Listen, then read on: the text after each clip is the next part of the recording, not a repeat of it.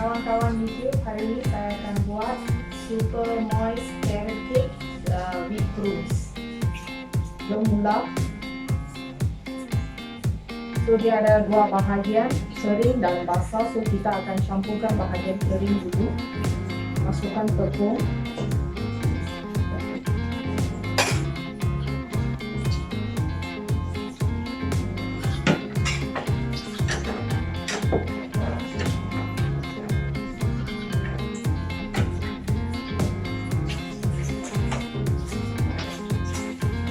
Dua suri kecil kayu manis yang sudah dipisah,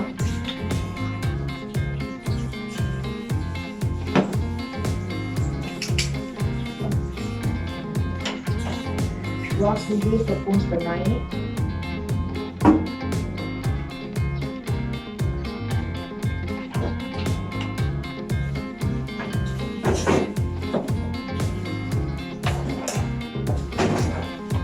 setengah suri kecil garam,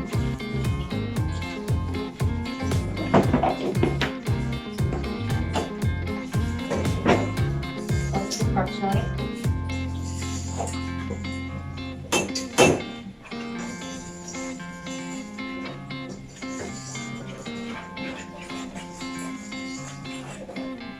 sekarang kita letakkan ini dulu.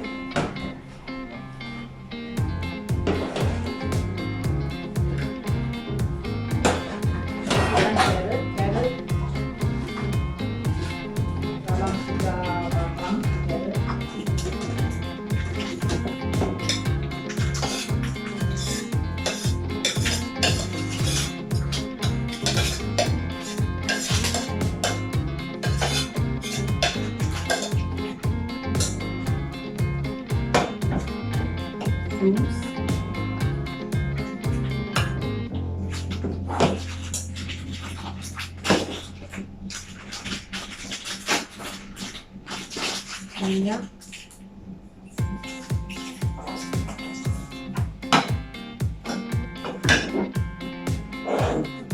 gula,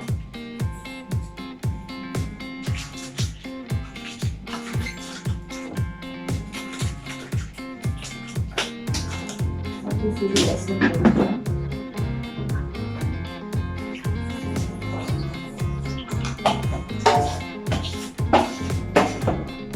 kayu sekali, 3 biji telur.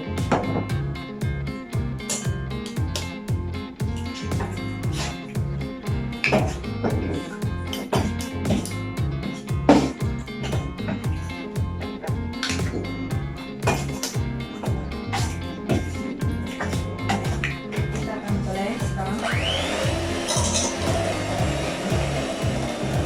Blend dengan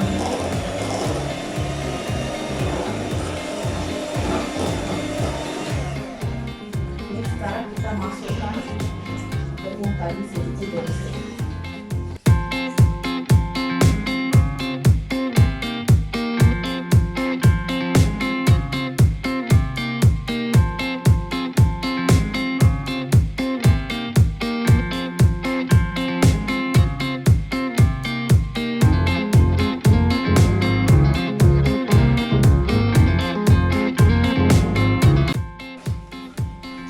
Sekarang kita akan masukkan ke dalam ketuha dan bakar selama 30 minit.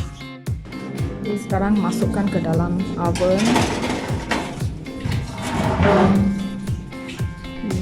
180 darjah Celsius, set selama 30 minit. Okay, ini moist cake yang sudah siap tadi.